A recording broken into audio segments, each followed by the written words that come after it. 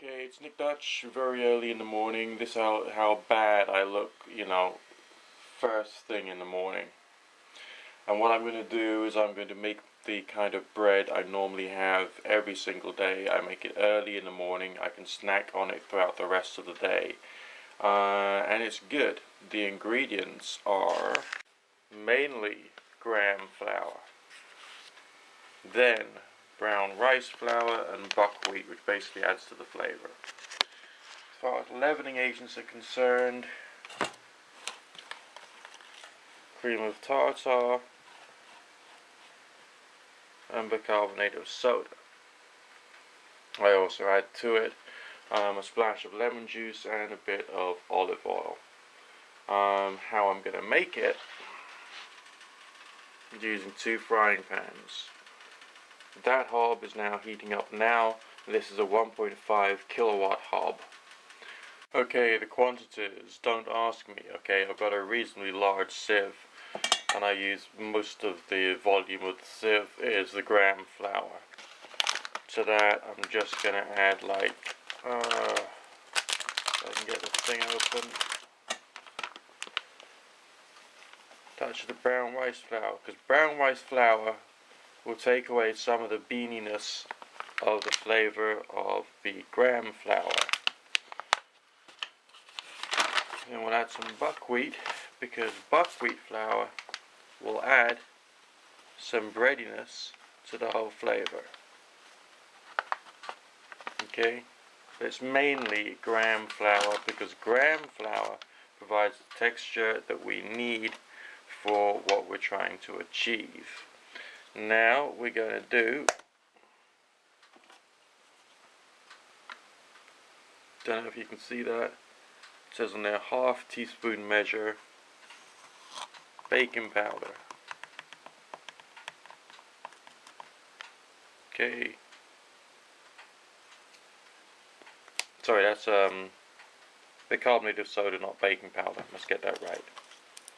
And then with the cream of tartar,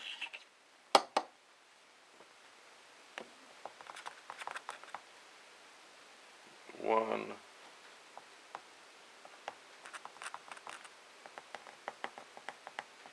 two.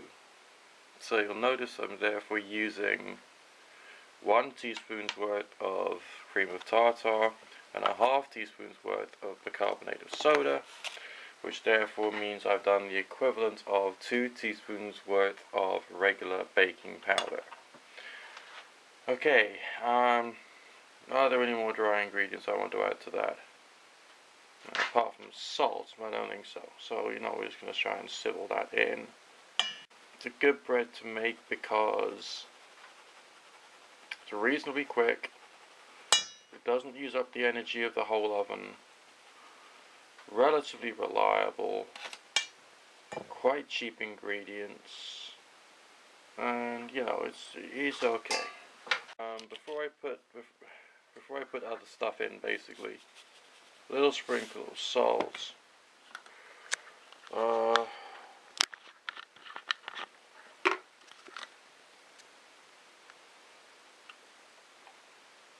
dash of lemon seems to lighten the bread somehow. And lemon juice is often used as a leavening agent anyway, I'm not quite sure why. And then finally just put a dash of olive oil in it. And then I will mix this up prior to adding the water. The dry ingredients are thoroughly mixed. So we now add some water. Great. It might look very simple, but the quantity of time it's taken me to learn all this stuff and just try and get the ingredients and all the rest of it right, for me it's been quite difficult because I started with a 0 level of understanding as to how bread works. And I had to learn everything bit by bit. Now with this, we're cooking this in the frying pan. Actually, we're cooking this with 2 frying pans. We don't necessarily want it to be too thick. Okay, we don't, that's a dough. Do I want it like a dough? Well, only slightly wetter than that, not much. Okay. There we go.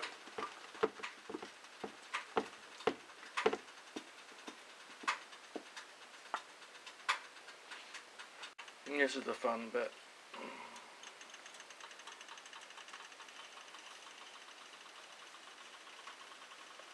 So I just poured it all into the smaller of my frying pans, and I'll put the larger one on the top. And we'll leave it there for just a couple of minutes and come back to it and see whether it's risen, which it should have done. Remember, I put it into frying pans without there being any oil in there at all. Once in a while I'll take the top off to release some of the steam, but whilst it's got the second frying pan on top, it acts like a small oven. I mean, there's probably some kind of like ethnic dish or some kind of ethnic way of cooking which uses this like technology or this method, I don't know. But either way, I stumbled upon it, and so it's mine now. Flip it. So you end up with a nice flipped solid disc of bread. Okay.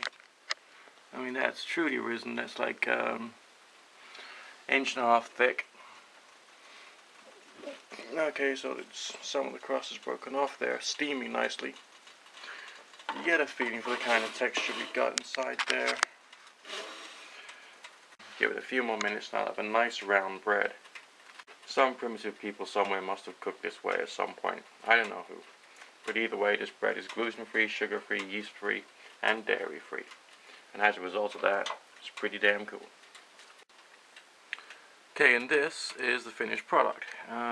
You can see we got some rising going on there. That's good. You know, it's the bread. So, just slice them up. You can slice it like a cake, or you can slice it like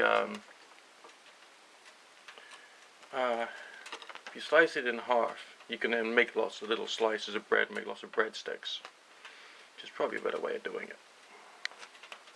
But either way, first slice of my bread. You can take this with you on picnics, you can do all kinds of things with it basically.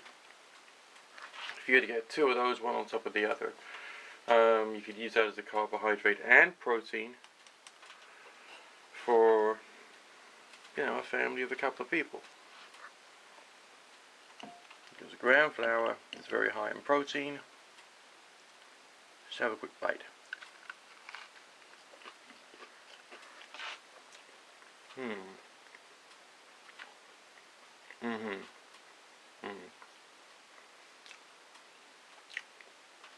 Always works out slightly different every single time I do it, because I'm not doing it to a fixed recipe. But damn, that with a touch of butter or hummus on that would be amazing. Anyway, that's my daily bread. And it's cool. Quick, easy, cheap.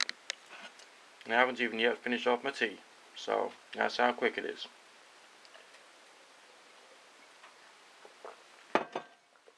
Go make yourself some.